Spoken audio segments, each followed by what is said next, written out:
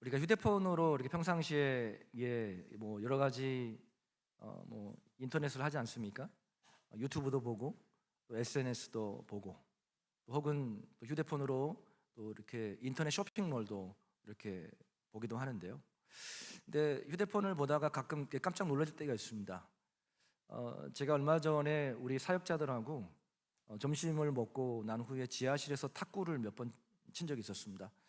근데 그 이후로부터 제 휴대폰에 뭐가 뜨기 시작했냐면 이 탁구와 관련된 영상들, 그리고 탁구 용품, 또 심지어는 탁구 레슨 영상까지 계속해서 올라오는 거예요.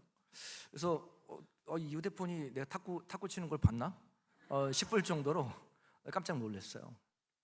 여러분, 이것을 추천 알고리즘이라고 합니다. Recommendation Algorithm이라고 하는데, 이 AI가 그 휴대폰 사용자를 분석을 해요. 뭘 검색을 했는지, 그리고 뭘 클릭했는지, 그리고 우리가 휴대폰을 본 시간이 얼마인지, 심지어는 우리가 무심코 지나가는 정보까지도 이 AI가 다 분석을 해가지고 그거를 계속 노출시키는, 계속해서 보여주는 그런 시스템이 바로 추천 알고리즘이죠. 추천 알고리즘. 여러분, 근데 이 알고리즘이 정말 무서운 것이 뭐냐면 단순히 정보를 제공하는 데 그치지 않습니다. 우리를 중독시키고 지배하는 데 있습니다. 이 무서운 것이. 처음에는 그냥 한번 봐요. 그냥 한번 클릭합니다. 그런데 어느 순간 계속 보게 돼요.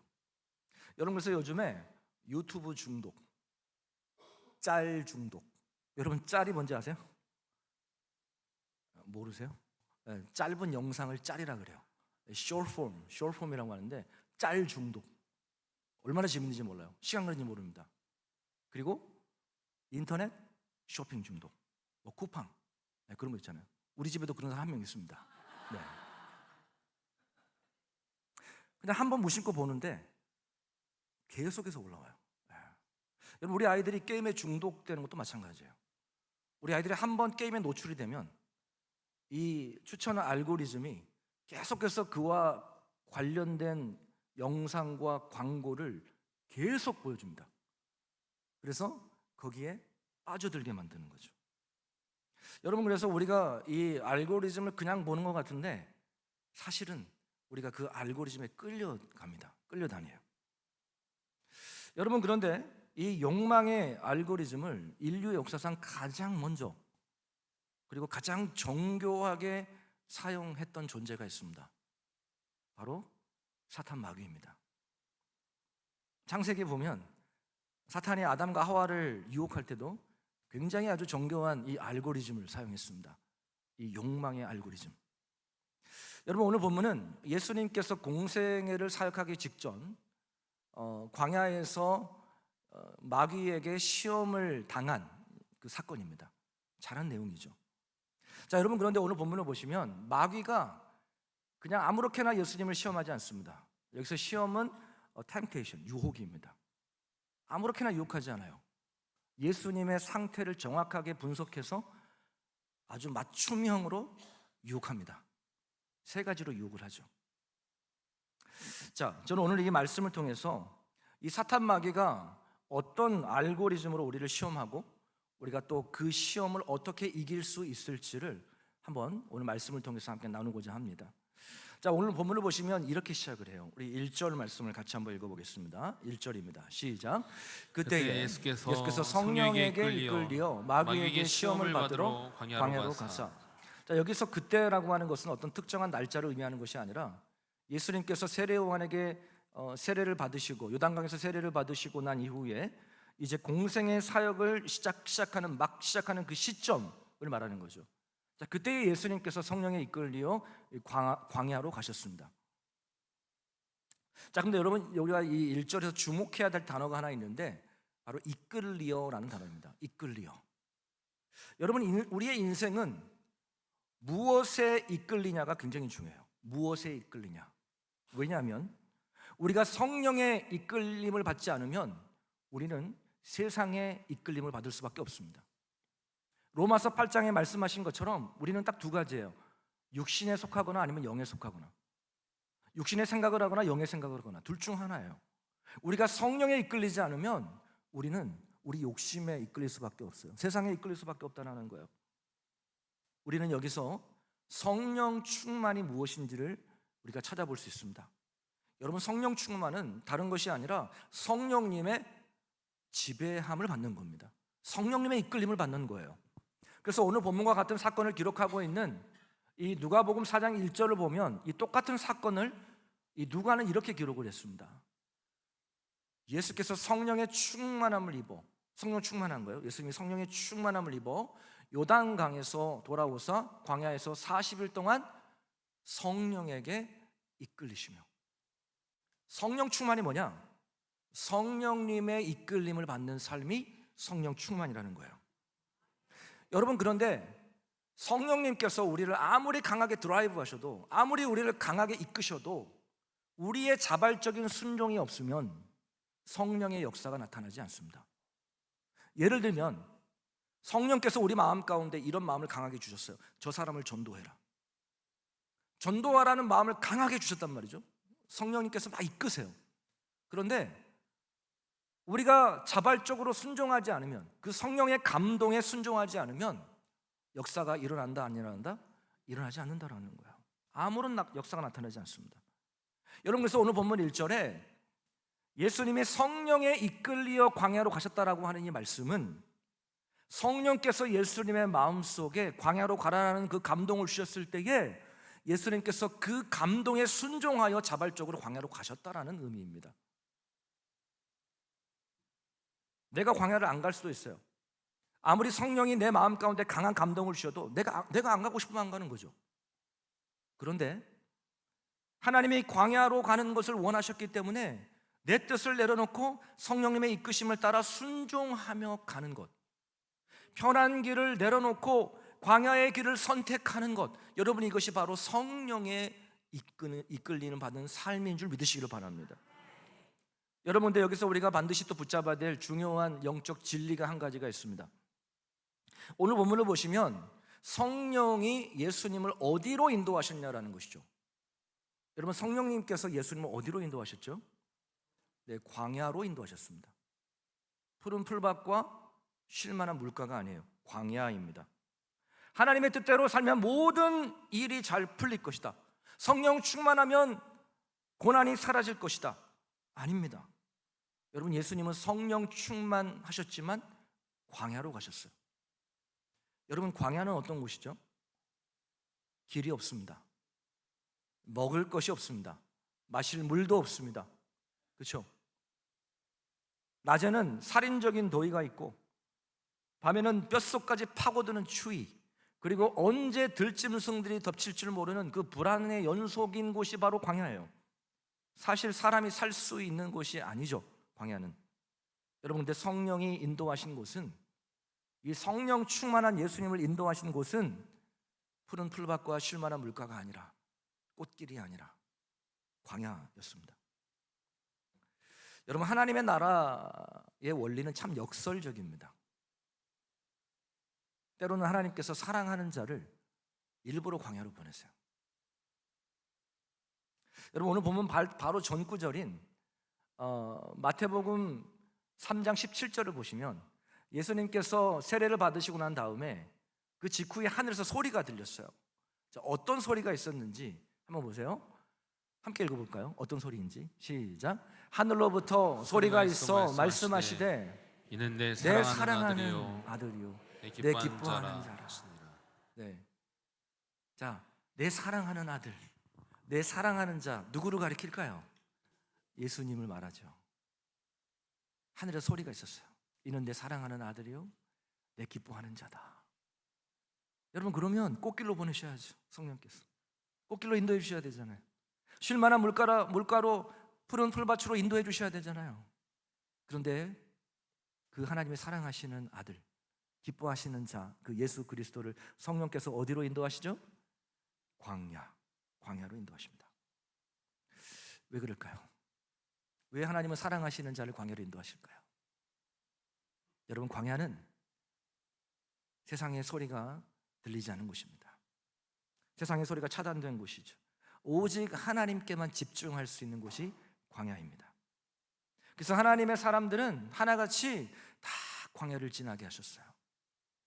여러분, 요셉을 한번 생각해 보세요. 요셉은요, 하나님의 꿈을 꾸고 하나님이 주신 그 꿈을 가지고 그 다음부터는 일이 막 풀리는 게 아니라 오히려 인생이 꼬이기 시작했어요. 여러분, 그가 어렸을 적에 참 사랑받고 자랐죠. 특별히 아버지로부터 사랑을 참 많이 받았어요. 맛있는 거 먹고 좋은 음식 먹고 또 옷도 얼마나 좋은 옷 입었는지 몰라요. 형들은 시장에서 산 옷 입으면은 이 요셉은 늘 백화점에서 명품 옷을 입었어요.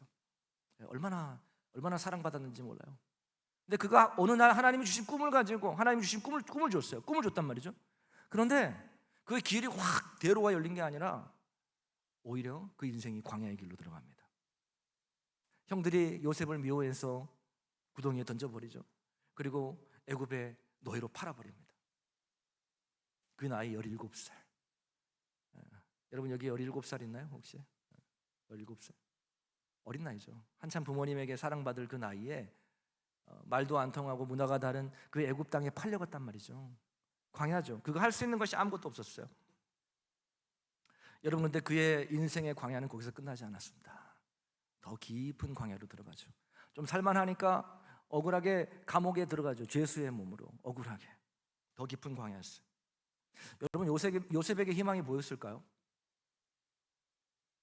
길이 보였을까요? 아니요.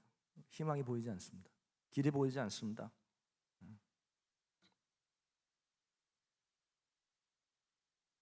여러분, 놀라운 것은 이 요셉이 광야를 지나는 동안 하나님 그곳에 함께 하셨습니다. 요셉이 광야를 지나는 그 가운데서도 하나님은 역사하셨어요. 여러분, 요셉이 팔려간 애굽의 그 보디발의 집, 여러분, 보디발이 뭐 하는 사람이죠? 애굽의 바로 왕의 시위 대장입니다. 끝발 있는 사람이에요.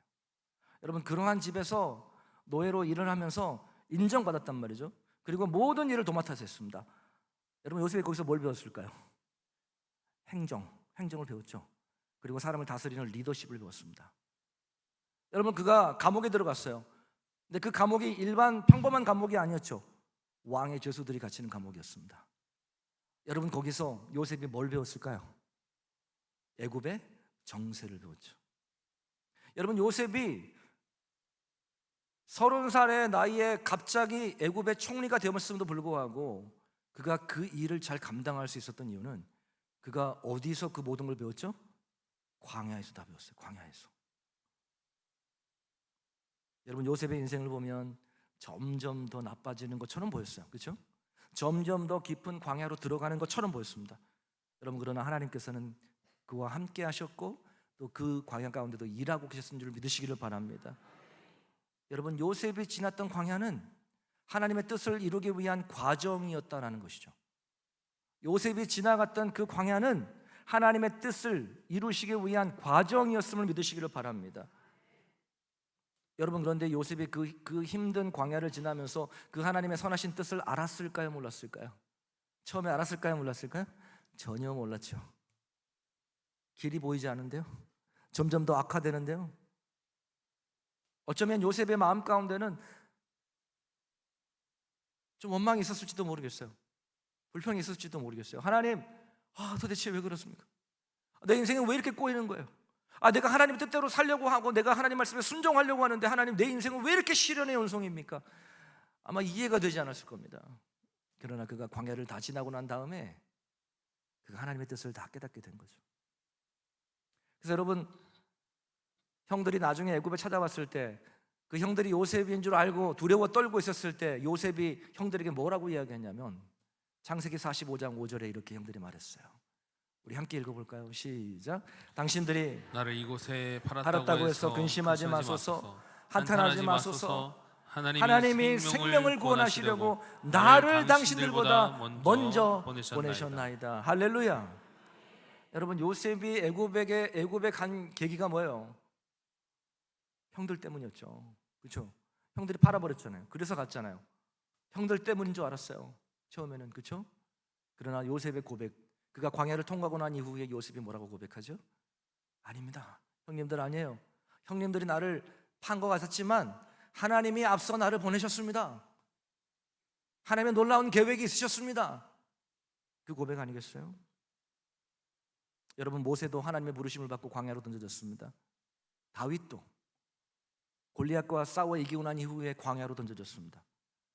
여러분, 오늘 본문을 보시면 예수님께서 세례를 받으시고 이제 공생애를 막 시작해야 되는데 광야에서 사탄에게 시험을 받았습니다. 그런데 사탄이 아무렇게나 시험을 하지 않았어요. 제가 서론에도 말씀드렸지만 그 예수님의 상태를 파악해서 그 알고리즘을 가지고 예수님을 세 가지로 시험을 합니다. 그 첫 번째 시험이 뭐냐면 돌을 떡이 되게 하라 라는 시험이었습니다. 자, 첫 번째 시험 뭐라고요? 돌이 떡이 되게 하라. 3절 말씀 같이 한번 읽어보겠습니다. 3절입니다. 시작. 시원 자가 예수께서 나와서 이르되 네가 만일 하나님의 아들이거든 명하여 이 돌들로 떡덩이가 되게 하라. 네가 만일 하나님의 아들이거든 돌을 떡으로 만들어 봐라. 네가 만일 하나님의 아들이거든, If you are the son of God, 네가 만일 하나님의 아들이거든. 여러분, 이 사탄의 이 말은 예수님이 하나님의 아들인지 몰라서 하는 말이 아닙니다. 사탄은 예수님이 하나님의 아들인지를 누구보다 잘 알고 있었어요. 정확히 알고 있었습니다. 근데 마치 모르는 것처럼 아주 간사하게 질문하는 거죠. 예수님의 정체성을 흔드는 그런 말이었습니다. 마귀는 예수님의 그 40일 금식 끝에 찾아왔어요. 2절 한번 보시겠습니다. 2절 말씀 시작. 40일을 밤낮으로 금식하신 후에 줄이신지라. 여러분, 지금 예수님의 상태가 어떻지요? 어떤 상태죠? 금식하신 후에 어떤 상태입니까? 줄이신지라. 영어 성경에는 He was hungry 라고 번역이 되어 있어요. 근데 저는 한국어 성경이 굉장히 훨씬 더 잘 번역했다고 생각해요. 줄이신지라. 여러분이 줄이신지라라는 이 말은 단순히 배가 고프다라는 의미가 아니에요. 예수님이 인간으로서 생존의 한계치에 다다랐다는 뜻이에요. 사탄은 지금 당장 예수님이 뭐가 필요한지를 정확하게 분석하고 있었어요. 정확히 파악했습니다. 그리고 그것을 가지고 시험을 한 거죠. 네가 만일 하나님의 아들이거든 이 돌들을 명하여 떡이 되게 해봐라. If you are the son of God, tell these stones to become bread. 여러분, 이 시험의 핵심은 뭐냐면 하나님의 뜻보다 네 피로를 먼저 채워라, 이런 말이에요. 하나님의 뜻보다 네 피로를 먼저 채워라. 너 하나님 아들이잖아. 너 충분히 능력 있잖아. 할 수 있잖아. 왜 굶고 있어? 미련하게. 일단 먹고 봐야지. 주의 일도 네 피로가 채워진 다음에 하는 거야. 사탄이 이렇게 지금 유혹을 하는 거예요. 여러분, 사탄 마귀는 오늘날 우리에게도 똑같은 알고리즘을 던집니다. 지금 경제적으로 어려운데, 경제적으로 이렇게 힘든데 조일성수가 뭐야? 일단 돈부터 벌어야지. 정직하게 사업하면 언제 돈 모을 거야? 적당히 타협해서 그냥 먹고 살아. 여러분, 사탄 마귀는 끊임없이 하나님보다 이 돈과 떡을 우선순위에 두게 만듭니다. 여러분, 그런데 예수님께서 이 유혹을 어떻게 물리치셨냐면, 자, 우리 4절을 한번 보시기 바랍니다. 4절 같이 함께 읽어보겠습니다. 시작. 예수께서 대답하여 이르시되 기록되었으되 사람이 떡으로만 살 것이 아니요 하나님의 입으로부터 나오는 모든 말씀으로 살 것이라 하였느니라 하시니. 여러분, 예수님께서 무엇으로 물리치셨죠? 무엇으로 대응하셨습니까? 기록되었을 때 It is written. 말씀, 하나님의 말씀으로 이겨내셨습니다. 여러분, 이 말씀은 신명기 8장 3절의 말씀인데요, 이 말씀의 의미는, 이 말씀의 본질은 나를 살리고 죽이는 것이 떡에 있는 것이 아니라 누구 손에 있어요? 하나님의 주권, 하나님의 말씀에 있다라고 선언하는 것입니다. 여러분, 사탄의 유혹은 지금도 그렇습니다. 지금 당장의 것을 우리에게 만족을 요구해요. 지금 당장의 것, 지금 당장의 만족, 눈에 보기에 좋은 것, 지금 당장 내 눈에 유익이 되는 것. 지금 당장 배고파 죽겠는데 하나님의 뜻이 뭐가 중요해요? 여러분, 그러나 믿음은 지금 당장이 아니라 영원한 가치를 붙드는 것인 줄 믿으시기를 바랍니다. 사탄이 첫 번째 이 유혹에 실패하자 사탄 마귀는 더 교묘한 알고리즘을 사용합니다. 우리 5절 한번 같이 보겠습니다. 5절입니다. 시작. 이에 마귀가 예수를 거룩한 성으로 데려다가 성전 꼭대기에 세우고. 자, 이번에는 장소를 옮겼어요. 어디로 옮겼죠? 거룩한 성으로 데려다가 예수님을 성전 꼭대기에 세웠습니다. 그리고 놀랍게도 이 사탄이 하나님의 말씀을 인용합니다. 우리 6절 한번 읽어보겠습니다. 6절 말씀 시작. 이르되 네가 만일 하나님의 아들이거든 뛰어내리라. 기록되었을 때. 자, 기록되었을 때. 자, 누가 사용한 말이에요? 사탄이 사용하는 말이에요. 기록되었을 때. 야, 하나님의 말씀에 이렇게 하지 않냐? 같이 읽어볼까요? 시작. 그가 너를 위하여 그의 사자들을 명하시리니 그들이 손으로 너를 받들어 발이 돌에 부딪히지 않게 하리로다. 예. 여러분, 사탄은 시편 91편 말씀을 인용했습니다. 야, 성경에 하나님이 지켜주신다고 약속했잖아. 한번 뛰어내려봐. 여기서 뛰어내려서 하나님이 너 사랑하시는 거, 너 지켜주시는 거 증명해봐. 한번 보여봐 라고 시험하는 거죠. 여러분, 이 시험의 핵심은 단순히 뛰어내려라는 것이 아닙니다. 뛰어내리라는 것이 핵심이 아니에요. 그 속에 담긴 메시지는 하나님을 이용해라라는 거예요. 하나님을 이용해봐. 하나님 한번 시험해봐. 하나님 너 사랑한다며, 하나님 너 지키신다며, 한번 테스트해봐. 하나님 한번 테스트해봐. 여러분, 우리 하나님은, 여러분 잘 들으세요. 우리 하나님은 어떤 분이시냐면 우리가 섬겨야 되고 우리가 신뢰해야 될 대상이지 우리가 이용할 대상이 아닙니다. 여러분, 이거 정말 마음에 새기십시오. 우리 하나님은 우리가 섬겨야 할 대상이지 우리가 신뢰해야 될 대상이지 우리가 이용해야 할 대상이 아니라는 거예요. 여러분, 그런데 우리의 신앙생활 속에서 이런 알고리즘이 침투할 때가 정말 많아요. 하나님, 제가 이만큼 해드릴게요. 하나님, 제가 이만큼 헌신하고 이만큼 제가 봉사할 테니까 하나님 이렇게 해주세요. 여러분, 이것은 믿음이 아니라 하나님과 거래하는 거예요. 하나님을 이용하려고 하는 겁니다. 여러분, 그렇게 신앙생활 한다면 물 떠놓고 비나이다 하는 것과 다를 게 뭐가 있습니까? 여러분, 믿음은 설령 내가 벼랑 끝에 서 있는 것과 같은 위기를 만날지라도 하나님이 나를 붙들고 계심을 끝까지 신뢰하는 것이 믿음이에요. 여러분, 다니엘의 세 친구를 한번 생각해 보세요. 풀무불 그 앞에, 그 죽음의 위기 앞에서도 하나님을 끝까지 신뢰하는 것, 여러분, 그것이 바로 참된 믿음인 것입니다. 여러분, 예수님은 이 두 번째 시험을 어떻게 이기셨냐면, 어떻게 대응하셨냐면 7절 말씀 한번 같이 읽어보겠습니다. 시작. 예수께서 이르시되 또 기록되었으되 주 너의 하나님을 시험하지 말라 하였느니라 하시니. 아멘. 여러분, 이 말씀의 의미는 뭐냐면 하나님은 내가 시험할 대상이 아니라, 내가 이용할 대상이 아니라 하나님은 내가 경배해야 될, 내가 신뢰해야 될 대상이다라는 거예요.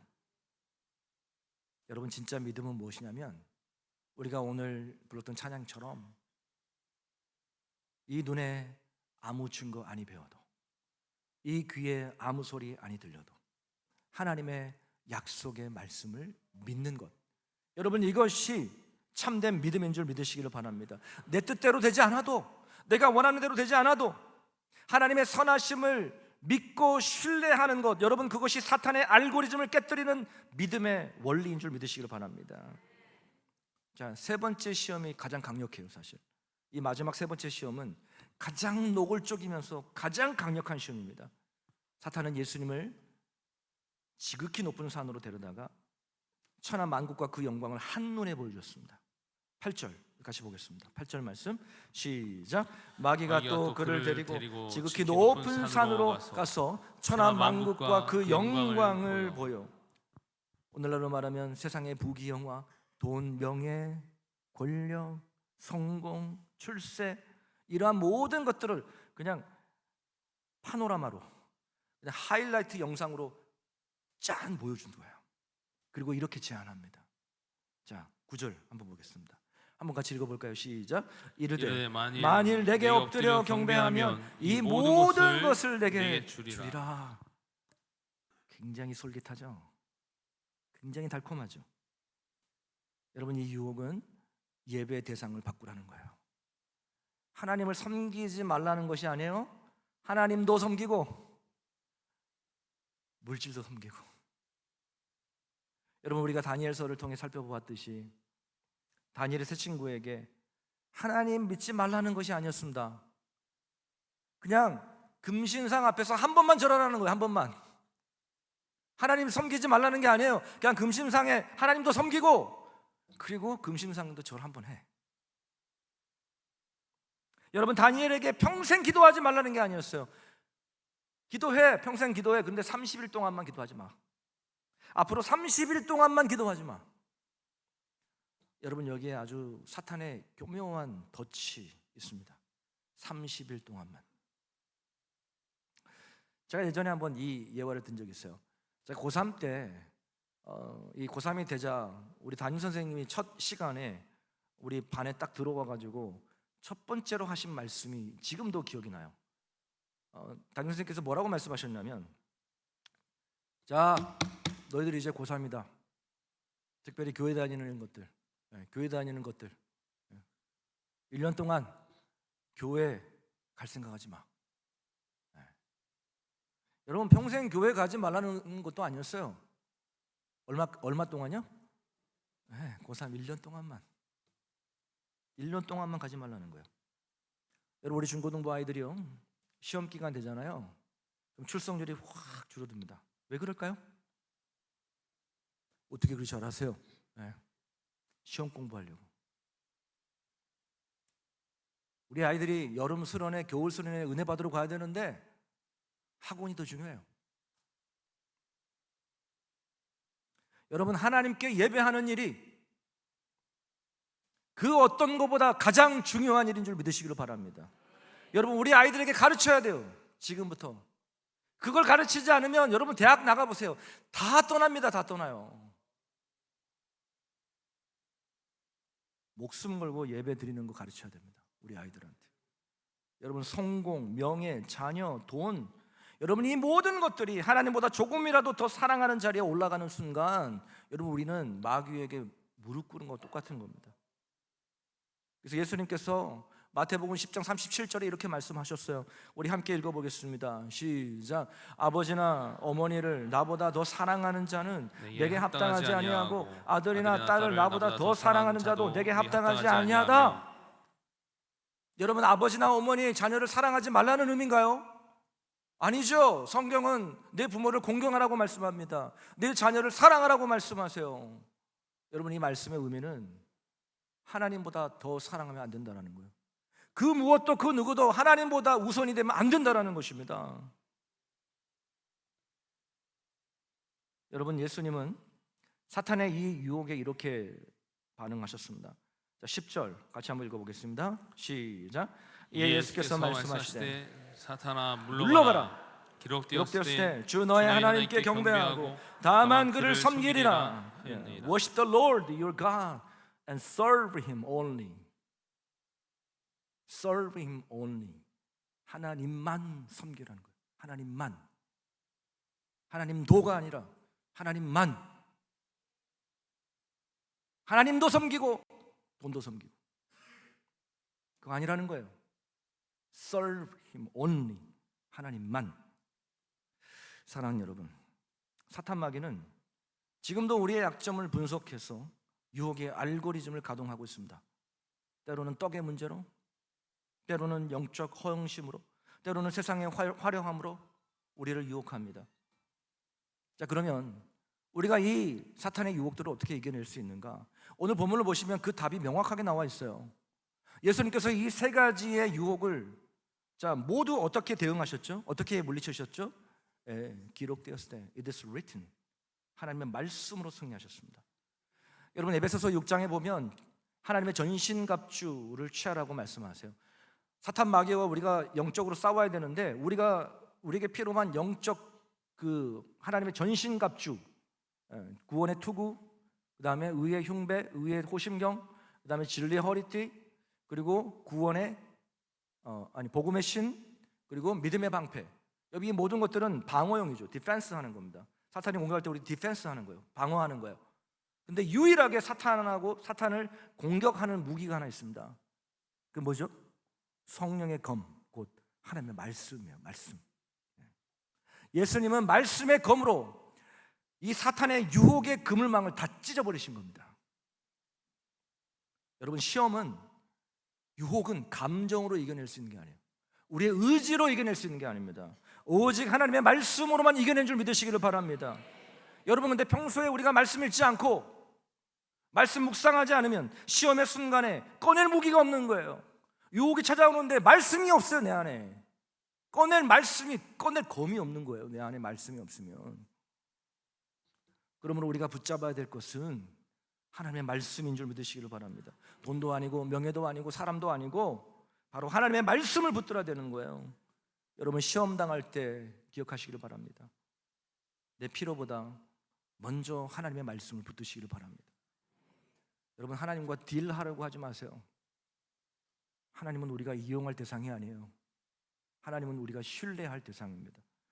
그리고 하나님도가 아니라 하나님만 섬겨야 되는 거야. 하나님의 자리에 그 무엇도 있을 수 없어요. 하나님이 우리의 삶의 가장 우선순위가 되어야 된다는 거예요. 이번 한 주도 하나님의 말씀으로 모든 시험을, 유혹을 이겨낼 수 있는 저와 여러분 되시기를 주님의 이름으로 축복합니다. 우리 함께 이 시간에 찬양하고 기도하겠습니다. 주님 말씀하시면 내가 나아가리다.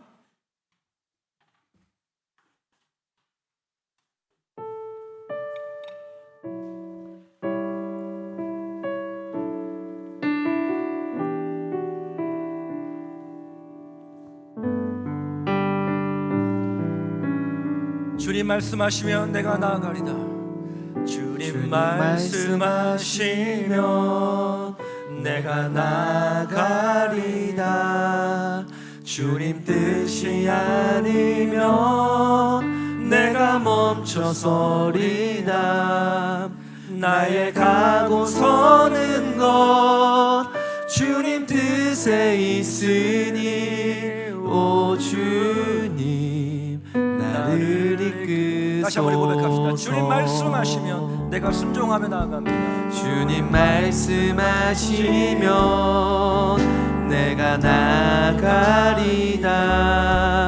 주님 뜻이 아니면 내가 멈춰서겠습니다. 주님. 내가 멈춰서리다. 나의 가고 서는 것 나의 가고 서는 우리 것 주님의 뜻에 있으니 오 주님 나를 이끄소서. 뜻하신 그곳에 나 있기 원합니다. 그곳이 광야라 할지라도 그곳에 나 있기 원합니다. 이끄시는 대로 순종하며 살리니 연약한 내 영혼 통하여 일하소서. 주님 나라와 그 뜻을 위하여 뜻하신 그곳에 나 있기 원합니다.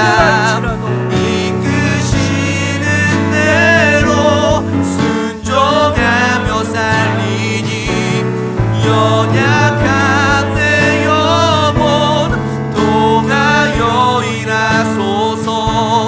주님 나라와 그 뜻을 위하여 나를 이끄소서. 오 주님 성령 하나님 나를 이끄소서. 다시 한번 믿음으로 고백합니다. 손 들고 찬양합시다. 주님 말씀하시면 주님 말씀하시면 내가 순종하며 나가겠습니다. 내가 나가리다. 주님 뜻이 아니면 내가 멈춰서겠습니다. 주님 뜻이 아니면 내가 멈춰서리다. 나의 가고 서는 것 주님 뜻에 있으니 주님 나를 이끌어 주시옵소서. 하나님 그 길이 광야 같은 길이라 뜻하신 그곳에 나 있기를 원합니다. 뜻하신 그곳에 나 있기 원합니다.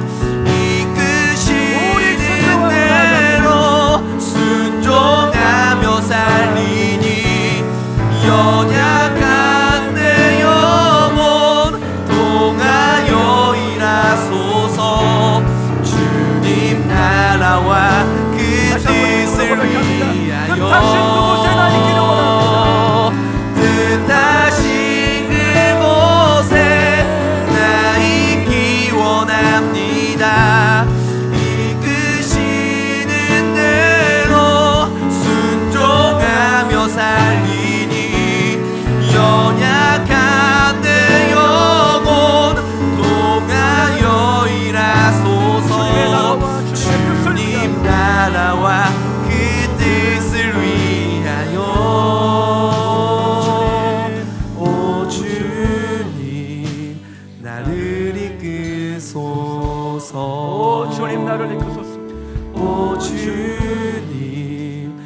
나를 이끄소서.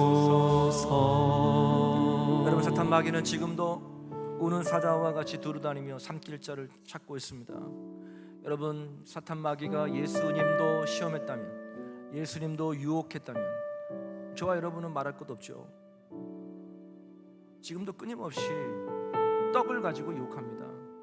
야, 하나님의 뜻이 뭐가 중요해? 네가 지금 당장 먹고 살아야지. 야, 세상 사람들 다 그렇게 사는데 너만 그렇게 정직하게 살아서 뭐 할 거야? 끊임없이 유혹해요. 하나님보다 돈과 떡을 더 중요하게 여깁니다. 사탄 마귀는 지금도 야, 너 하나님 섬겨. 근데 돈도 섬겨. 여러분, 우리는 하나님도가 아니라 하나님만 섬겨야 되는 거예요. 오늘 시간 기도할 때 하나님, 내 힘으로 내 의지로 유혹을 이겨낼 수 없습니다. 주여 말씀으로 나를 붙잡아 주시옵소서. 하나님의 말씀이 나의 생각과 나의 마음을 주관하여 주시옵소서. 어떠한 유혹에도 흔들리지 않게 하여 주시옵소서. 말씀으로 승리케 하여 주시옵소서. 우리 오늘 말씀을 붙잡고 우리 주님의 이름을 한번 부르고 동성으로 기도합니다. 주여, 할렐루야. 하나님 아버지, 하나님 주님 의지합니다. 하나님 말씀 의지하기를 원합니다. 내 안에 하나님 말씀이 풍성히 거하게 도와주옵소서. 하나님, 사람이 떡으로만 살 것이 아니요 하나님의 말씀으로 살 것이라고 말씀하셨죠. 아버지 하나님, 정말 사탄은 지금도 하나님의 정말 뜻보다 우리의 필요를 더 아버지 하나님 먼저 채우라고 하나님 끊임없이 유혹하고 있습니다. 하나님, 세상의 즐거움을 보여주고 세상의 화려함과 유혹을 보여주면서 하나님 그것을 따르라고 이야기합니다. 하나님 아버지, 하나님을 이용하라고 이야기합니다. 하나님, 정말 주님, 우리가 하나님께만 경배하고 오직 하나님만을 의지하며 오직 하나님만을 섬기는 때 모든 성도님들이 되게 하여 주옵소서. 하나님, 세상에 그 모든 타협하지 않게 도와주시고 하나님이 우리의 삶의 가장 우선순위가 되게 하시고 오직 하나님만 경배할 수 있는 하나님, 우리 주께 모든 성도님들의 삶이 되게 하여 주옵소서. 하나님, 믿음으로 승리하기 원합니다. 말씀 위에 서기를 원합니다. 주님 도와주시옵소서. 살아계신 하나님, 이 시간 하나님의 은혜를 구합니다. 하나님, 사탄 마귀는 지금도 우는 사자와 같이 두루다니며 삼킬 자를 찾고 있는데 하나님, 우리가 깨어 있기를 원합니다. 주의 말씀에 매인 바 되기를 원합니다. 하나님의 말씀에 우리의 생각과 우리의 마음을 주관하여 주시옵소서. 그래서 사탄이 우리를 끊임없이 공격할 때에 하나님의 말씀을 붙잡고 넉넉히 승리할 수 있는 우리 국동지혜교회 모든 성도들 되게 하여 주옵소서. 하나님, 지금도 세상의 화려함과 세상의 즐거움으로 우리를 넘어뜨리고 하고 우리를 흔들고 하고 또 하나 우리의 하나님의 뜻보다 우리의 생각과 우리의 필요를 먼저 채우라고 사탄은 끊임없이 요구를 합니다. 하나님, 우리가 그 사탄의 관계를 깨닫고 하나님의 말씀의 검으로 우리가 무찌르게 하여 주시옵소서. 그래서 한 주간 동안 주님의 말씀을 깊이 묵상하고 하나님의 말씀을 붙들므로 하나님 모든 시험에서 승리하게 하여 주시옵소서. 하나님의 시간도 귀한 예물을 주님 앞에 봉헌에 올려드립니다. 하나님의 것을 구별하여 10의 1조를 드리며 또한 범사의 감사함으로 감사 예물, 또 하나님의 나라의 확장을 위한 선교 예물과 1,000번째 예물, 또 다음 세대를 위한 비전 헌금, 주정 예물, 그리고 다음 세대 공간과 또 1층 오픈 스페이스 공사를 위해서 건축 헌금을 드린 예물이 있습니다. 믿음의 가정을 만들 수 있도록 주여 축복하시고 인도해 주소서. 주님께서 함께 하시고 주님께 칭찬받는 종이 되게 하소서. 주님을 닮아가게 하소서. 우리 건축 헌금, 우리 김영민 청년 100만 원 건축 헌금 드립니다. 배은자 권사님 건축 헌금 드립니다. 건축 헌금 무명으로 1,000만 원 드렸습니다. 또 생일을 맞이하여서 우리 김경렬 권사님 귀한 예물 드렸습니다. 하나님, 물질이 풍부해서 드린 것이 아니라 정말 하나님의 은혜 감사함으로 정말 주 앞에 자원해서 드린 예물입니다. 주님, 기억하여 주시옵소서. 하늘의 신령한 복과 땅의 기름진 복으로 충만하게 채워 주시옵소서. 하나님의 약속의 말씀대로 충만하게 채워 주시옵소서. 하나님, 또 이 시간 우리의 마음을 드리고 또 우리의 몸을 드리며 시간을 드립니다. 주님, 기뻐 받아 주시옵소서. 하나님, 오늘도 정말 보이게 보이지 않게 정말 주의 몸된 교회를 섬기는 귀한 손길도 많습니다. 하나님, 그들을 기억하여 주시고 하나님을 더욱더 사랑하는 자들 되게 하시며 하나님의 은혜가 늘 저들의 삶 가운데 강물처럼 흐르게 하여 주시옵소서. 특별히 아버지 몸이 아픈 자들 하나님 이 시간에 친히 찾아봐 주셔서 어루만져 주시고 온전히 회복되는 역사가 있게 하여 주시옵소서. 모든 영광 주께 올려드리오며 살아서 역사하시는 우리 구주 예수님의 이름 받들어 감사하며 축복하며 기도하옵나이다. 아멘.